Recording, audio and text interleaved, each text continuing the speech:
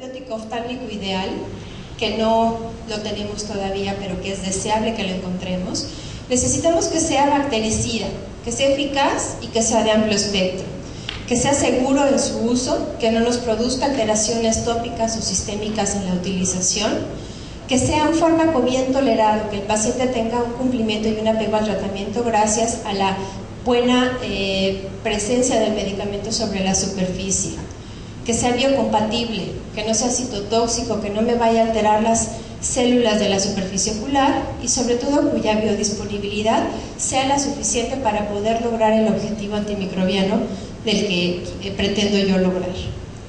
Hablando ahora un poco más específicamente de los aminoglucósidos, tenemos varios de ellos en uso. Por ejemplo, está la streptomicina, la gentamicina, la tobramicina, la micacina, la netilmicina, ¿qué dice aquí? Ya no puedo ver. Un doctor, por favor. Y la neomicina, es la espectinomicina. Esta está en desuso. Con respecto a la netilmicina, pues bueno, sabemos que tenemos es el aminoglucósido de tercera generación que tenemos en uso más nuevo.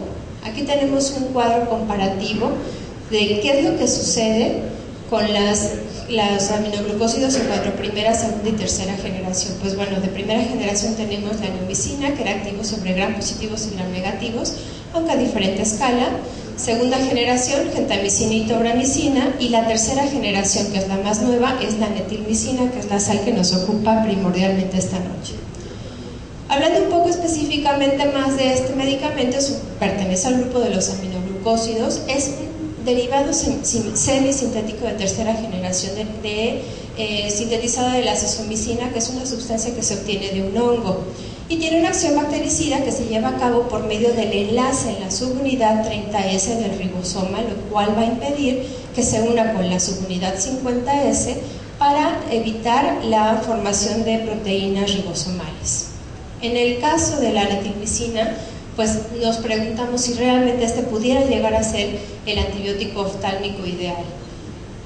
¿Por qué puede ser que sí sea así? Porque cuenta con una acción de amplio espectro, es decir, abarca gram positivos y gram negativos con la misma efectividad y seguridad. Tiene un sistema resistente a las enzimas inactivantes, cosa que sus antecesores no cubrían. Tiene un efecto postantibiótico aproximadamente de unas 2 horas posterior a la aplicación. Es eficaz para el propósito de la erradicación de los agentes bacterianos, pero sobre todo es un medicamento seguro y bien tolerado por los pacientes, por lo cual quizá reúna muchas de las características que estamos buscando como un antibiótico ideal. Recordando un poco nuestras clases de primero, los ribosomas son estructuras globulares, esta es la unidad 50S y esta es la unidad 30S, que necesita una actividad de replicación, y aquí es en donde se forma el lazo por medio de los aminoglucósidos para interferir en esa síntesis de proteínas. Estos ribosomas pueden estar libres en el citoplasma o bien, más frecuentemente, adheridos a las membranas del retículo endoplásmico para poder formar estas proteínas.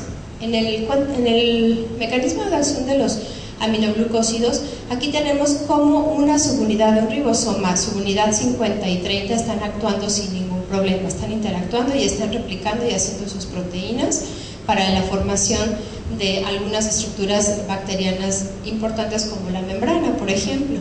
Sin embargo, bueno, en el caso de la netilmicina lo que va a hacer es justamente unirse en forma específica a la subunidad 30S para impedir que haya una unión y por lo tanto la replicación de las proteínas no sea posible, contrario a lo que sucede con otros aminoglucósidos, en donde las enzimas inactivantes tienen una especificidad muy parecida a la superficie, son compatibles con la misma y los inactivan. Esta es la forma en la cual actúa la netilmicina. En el caso de la resistencia a estas enzimas, en general, es lo que hace que este fármaco de tercera generación tenga una mejor actuación ante las infecciones oculares que sus compañeros del mismo grupo. Aquí, por ejemplo, tenemos un cuadro de un estudio que se hizo en el año de 2002, se publicó en la revista de Córnea, donde se cruzaron 128 pacientes con conjuntivitis bacteriana y se comparó la gentamicina contra la netilmicina. En este caso, aquellas que eran sensibles a gentamicina y netilmicina fueron 96, por ejemplo. Los que eran sensibles a netilmicina pero resistentes a gentamicina fueron 28. En el caso de la resistencia a la netilmicina pero sensible a la gentamicina, se encontraron con que no había ninguno. Y sí se encontró una resistencia tanto a la netilmicina como a la gentamicina en 4 de estos pacientes, dando un total de 128. Lo cual quiere decir que simplemente por el hecho de tener esta forma activa de actuar, no tenemos una resistencia tan importante a estas enzimas inactivantes como la fosfoadenilciclasa, que es una de las principales inactivantes de los aminoglucósidos de primera y segunda generación, y de ahí la resistencia.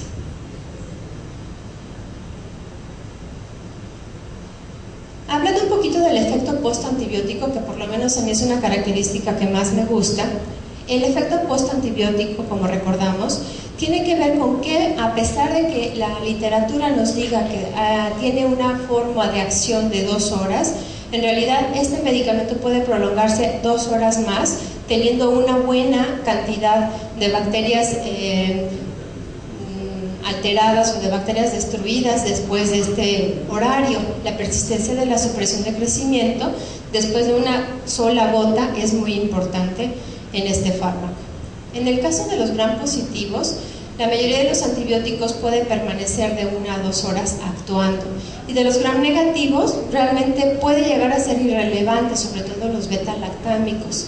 Sin embargo, los aminoglucósidos y las quinolonas, ambos tienen aproximadamente este mismo efecto de unas 2 horas de acción para matar la mayoría de las bacterias que tenemos causándonos infección.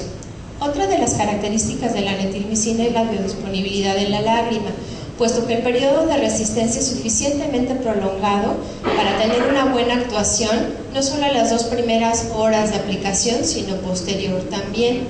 Esto está soportado por artículos que ya han sido publicados en varias revistas que son de INDEX y que podemos consultar en el momento en que a ustedes les interese saber acerca de la actividad in vitro, la actividad postantibiótico, de lo que les estamos hablando, específicamente de las infecciones oculares. En el caso del espectro de acción, comprende bacterias gram negativas y gram positivas. Muchas veces tenemos la idea que este fármaco estaba indicado específicamente en las infecciones gram negativas, cuando en realidad se hizo un énfasis por la efectividad que tenía contra este grupo. Sin embargo, se dejaba un poco al lado que también son activas contra gram positivos.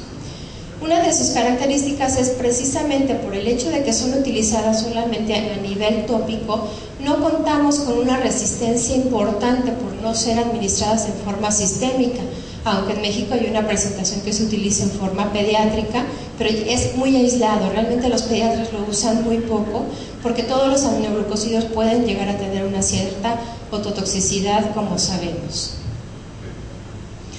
En el caso de la sensibilidad, por ejemplo, de la Pseudomonas aeruginosa y del Staphylococcus aureus, que como vimos en gráficas anteriores son los que más frecuentemente presentan alteraciones a nivel infeccioso ocular, encontramos que la netilmicina tiene un control con la exposición más corta, mucho más rápido y más efectivo que una ofloxacina, que es una quinolona de segunda generación.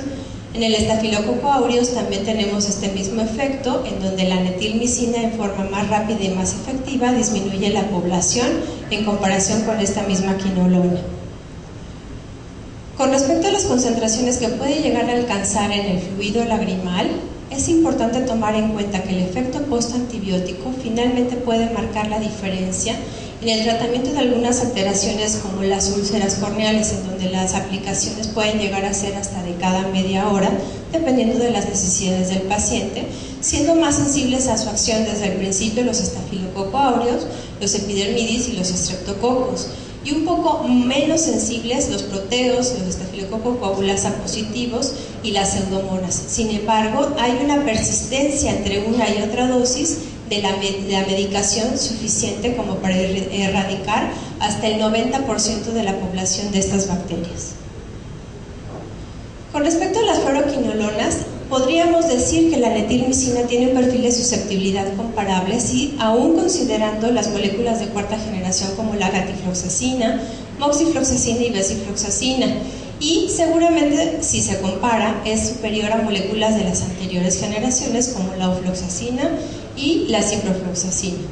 En el caso del estudio Banzini, que probablemente todos ustedes conozcan, donde se aislaron más de 400 agentes infecciosos oculares hecho en México, en APEC, se encontraron que todas estas infecciones eran susceptibles a los mismos fármacos. En este caso, aquí tenemos un pequeño resumen en donde se hizo estudio de netilmicina, topramicina y ciprofloxacina, encontrando para el estafilococo aureus un 84% de efectividad de netilmicina contra un 72% de la cipro.